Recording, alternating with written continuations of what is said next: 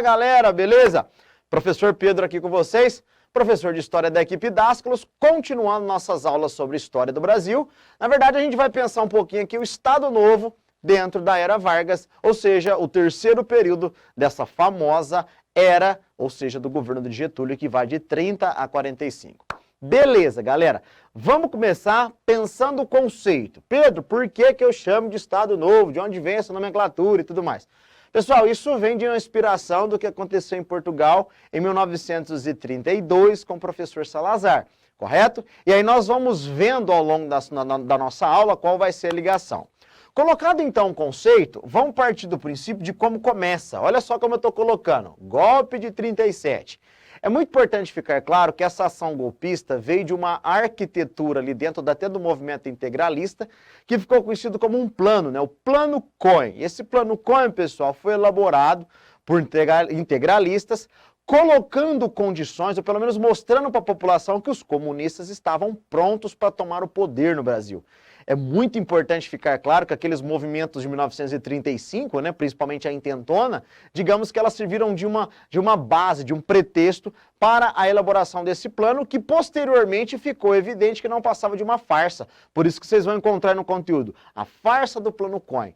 Tudo bem, meus caros? Então nós começamos o Estado Novo falando de uma ação golpista, que acontece em novembro de 1937, no qual Vargas estabelece essa condição com um claro objetivo ou com uma clara condição de proteger o Brasil do comunismo, mas na verdade nós estamos falando de uma perpetuação no poder.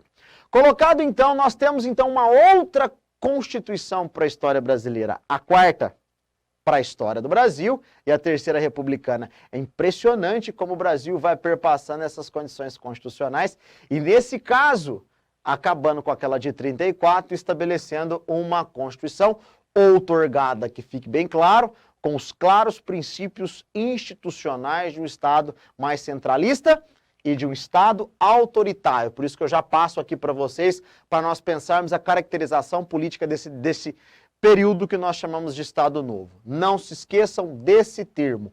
Uma política que foi gabaritada como autoritária, tudo bem, pessoal? Então, nós falamos de uma ditadura varguista, né? O fechamento do Congresso Nacional, a imposição dessa Constituição, e ao longo desses momentos, desses anos, a gente vai vendo a formação, pelo menos a consolidação dessa característica ditatorial no Brasil.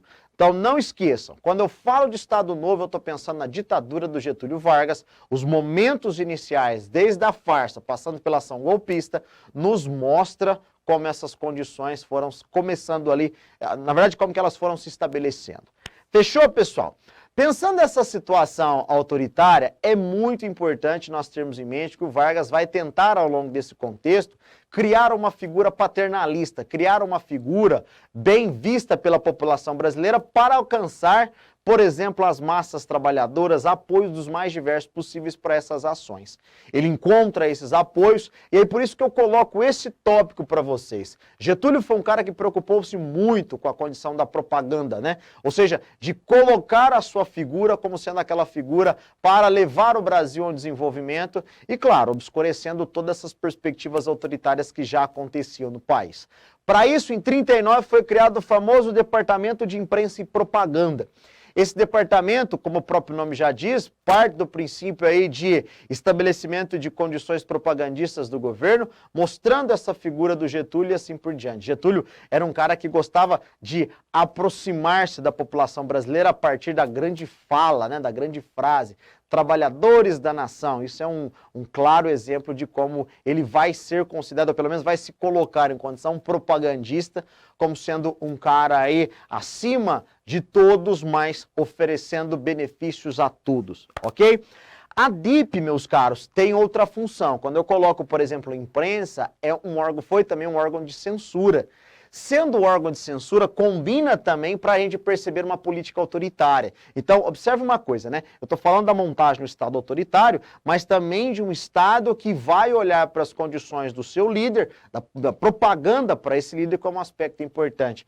Isso vai dialogar muito com os aspectos fascistas praticados nesse momento. Dá para a gente pegar, por exemplo, o caso da Argentina com o Perón, e claro, os casos mais evidentes que aconteceu na Itália, que aconteceu na Alemanha, e assim por diante. Aqui eu tenho uma montagem montagem, então, política institucional e, claro, voltada para perspectivas sociais, que é a propaganda.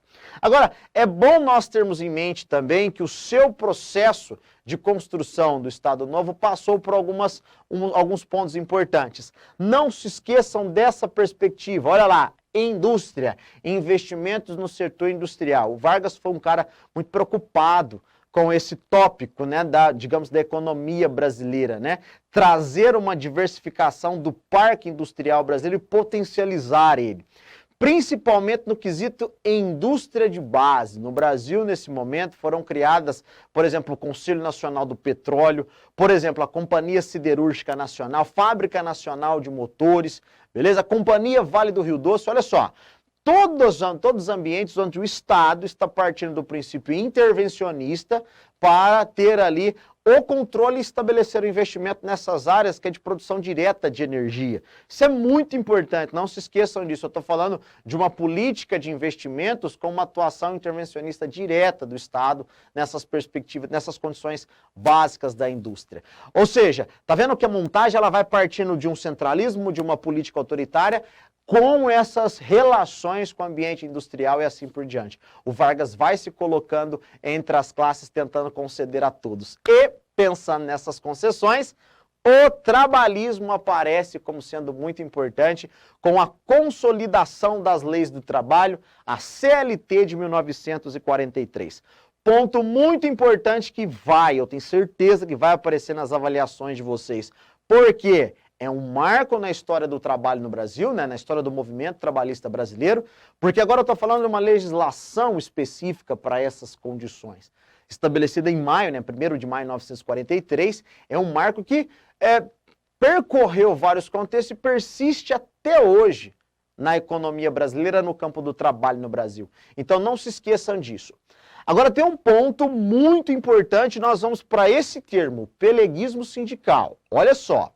Mesmo fazendo essas concessões, é muito importante ter em mente que não havia uma liberdade sindical no Brasil.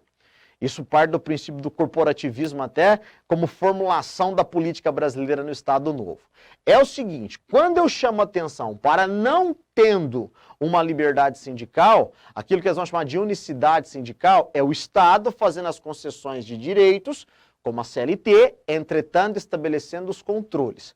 Ok? Então fica evidente que aqui eu estou falando de um Estado que controlava as perspectivas do trabalho a partir dessas condições.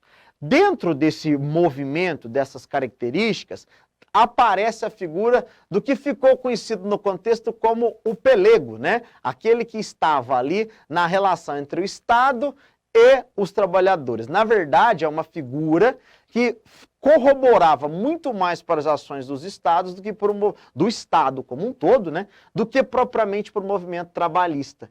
Nós pegarmos aí, por que a gente fala em peleguismo, né? Por que a figura do pelego?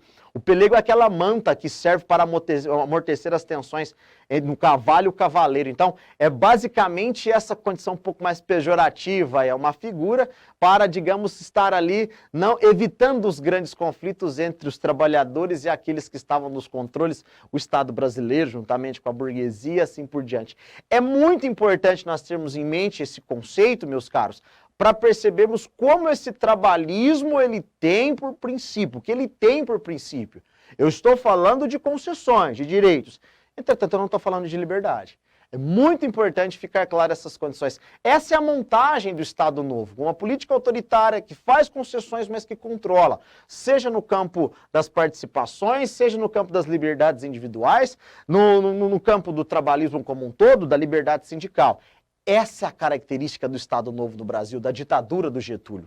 Ó, para a gente encerrar aqui e depois pensarmos apenas no final desse Estado Novo, não se esqueçam da participação na Segunda Guerra Mundial com a entrada dos Estados Unidos da América. Estados Unidos esse que financiou boa parte desses desenvolvimentos industriais no Brasil. E aí é muito importante colocar a participação na Segunda Guerra porque é dotado de uma contradição. Essa montagem do Estado Novo, como eu já fiz várias menções aqui e comparações, aproximava muito mais dos países do eixo. Tudo bem, o que nós chamamos lá da Alemanha, da Itália, do Japão e tudo mais. Entretanto, Vargas não entra por esse lado, meus caros. é muito importante termos isso em mente, porque ele tem uma associação praticamente com os norte-americanos envolvendo toda a política de investimento.